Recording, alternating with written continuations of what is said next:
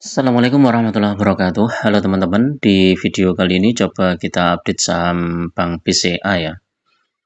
Saham Bank BCA ini salah satu saham sektor perbankan yang sangat prospek ya teman-teman. Jadi kalau teman-teman nggak mau pusing, nggak mau mikir, ya udah pegang aja saham-saham big bank seperti saham BCA ini ya. Walaupun naik turun, tetapi secara jangka panjang harga sahamnya tetap naik. Terus dividennya juga ada, walaupun nggak terlalu besar ya teman-teman. Kayak BCA itu rata-rata sekitar 2%-an lah ya dividen dibandingkan dengan harga sahamnya. Tapi kalau teman-teman hold dalam jangka yang lama, ya itu lumayan ya dividennya. Saham BCA ini sudah beberapa kali stock split juga ya. Jadi kalau kita lihat harga hari ini tuh naik 1,23% ya. Sementara yang lain merah ya, BRI merah, Bank Mandiri lumayan hijau ya. Ada yang hijau itu Bank Mandiri, Brand, BCA, yang besar-besar ya, Aman, Petro, BRPT, Film, Citra ya, Pani. Nah, Pani ini 2% ya. Pantai Indah Kapuk. Oh, ini ya. Nah, kalau kita lihat sementara market hari ini sempat ngeprank ya teman-teman ya. Dibuka merah kemudian hijau ya. Kita lihat Dow Jones, merah semua teman-teman. Nikkei, Nikkei koreksi besar ini ya, 4% ya. Hang Seng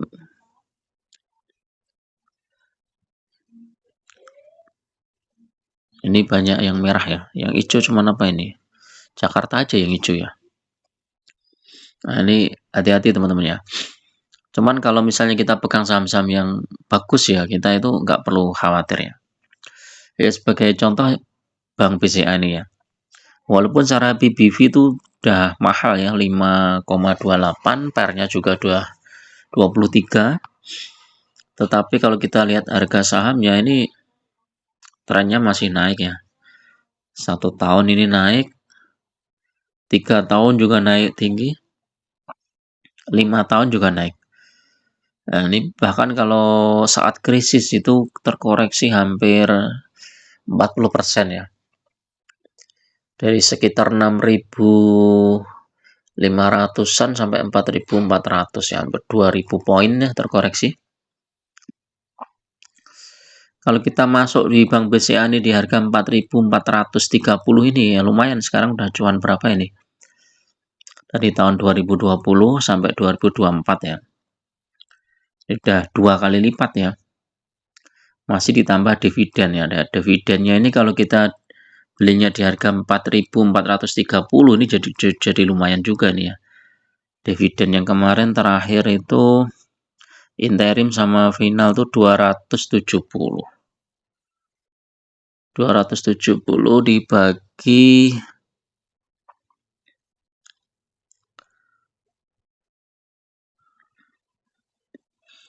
4430 ya, coba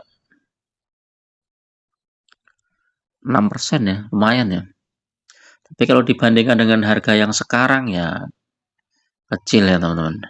270 dibagi 10.000 berapa? 300, paling 2%-an ya, 2,6%. Nah, ini harga sahamnya udah naik tinggi ya. Ini ya 1 tahun naik 11%, 3 tahun 61, 5 tahun 84% ya. Ini karena terkoreksi dalam ya di tahun 2020 ya saat COVID. Secara IPS naik ya, IPS-nya triwulan 1 naik, triwulan kedua juga naik.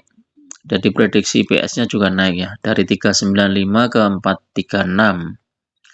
Jadi kemungkinan nanti dividennya juga naik ya, 436 kali 70%. 36 kali 70%. Oh, salah.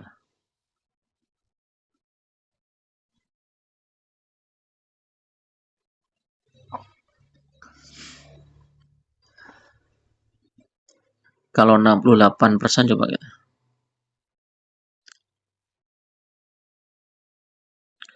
296 ya. 296 dibagi 10.300. Ya, 2,8. Lumayan lah.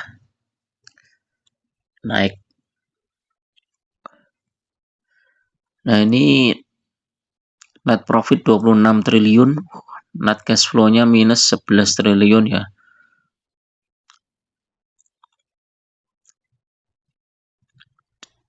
Utangnya 492%.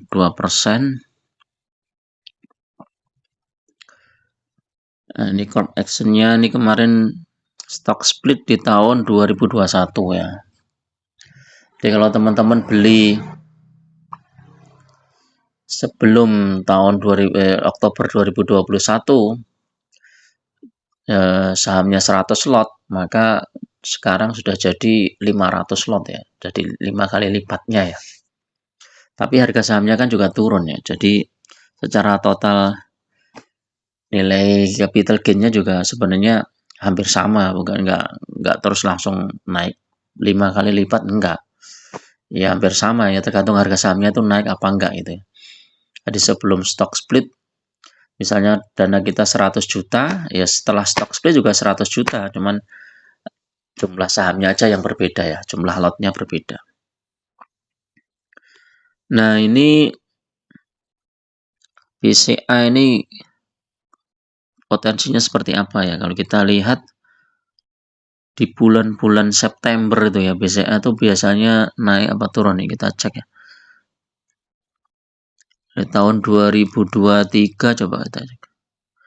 Di 2024. Ini ya. Agustus mulai September nih. Ini ya, September turun teman-teman ya. 2023 ini September turun sampai 20 September sempat naik sebentar. Habis itu turun lagi terendah di ini nih. November ya. November itu terendah, habis itu naik. Di September 2023 turun. Sekarang 2022 coba kita cek. Naik ya, September 2022 ini naik. Ini dari bulan Juli ini terus naik terus sampai Agustus, September, masih naik terus nih. Sampai pertengahan September nih di puncaknya, habis itu baru koreksi. Koreksi Oktober masih naik lagi. Nah, apakah nanti 2024 ini seperti skenario ini tahun 2022? Ya, kita lihat juga kan isu global juga sangat mempengaruhi ya, nggak hanya historisnya ya. Di 2021 coba kita cek. 2021 September naik menurut 2021 naik sampai Oktober, Desember terus baru naik lagi. Oktober sideways.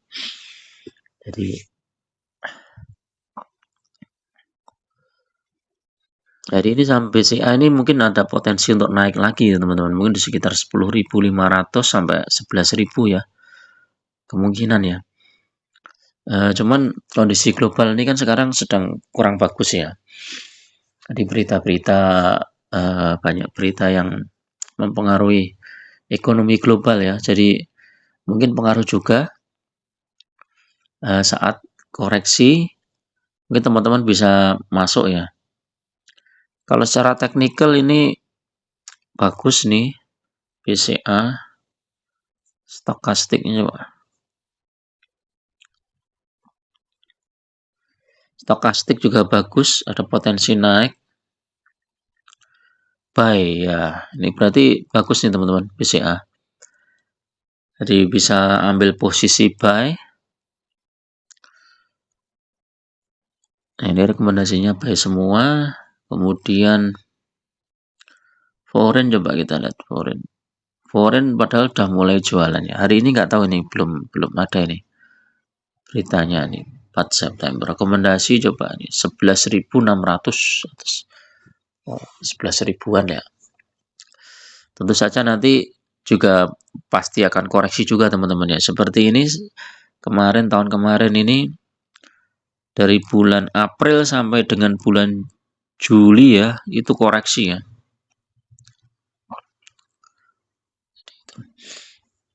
Intinya kalau teman-teman mau hold ya saham-saham seperti Big Bang ya, seperti BCA ini sebenarnya nggak ada masalah ya, karena memang saham-saham seperti ini kan secara jangka panjang juga bagus, kinerjanya ya pasti ya lebih lebih bisa inilah lebih bisa menjamin lah ya, karena saham-saham Big Bang kan pasti akan di backup oleh pemerintah ya kalau ada apa-apa misalnya krisis dan lain-lain. Beda dengan saham-saham yang lain ya.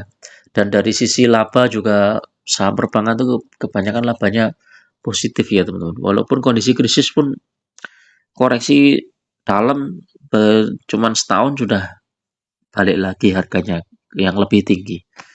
Jadi ini. Oke, itu dulu teman-teman untuk review sore ini. Mudah-mudahan bermanfaat. Tetap waspada ya apabila ada isu yang lebih mungkin membuat indeks global semakin merah ya, misalnya karena kondisi sekarang kita susah untuk prediksi ya.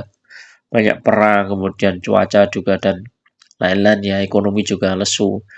Jadi kita harus waspada ya. Paling tidak siapkan dana cadangan lah, paling nggak 20% atau 30% dari dana portofolio kita ya, sehingga ketika saham yang kita pegang nanti turun diskon banyak kita bisa memborong. Oke, terima kasih. Assalamualaikum warahmatullahi wabarakatuh.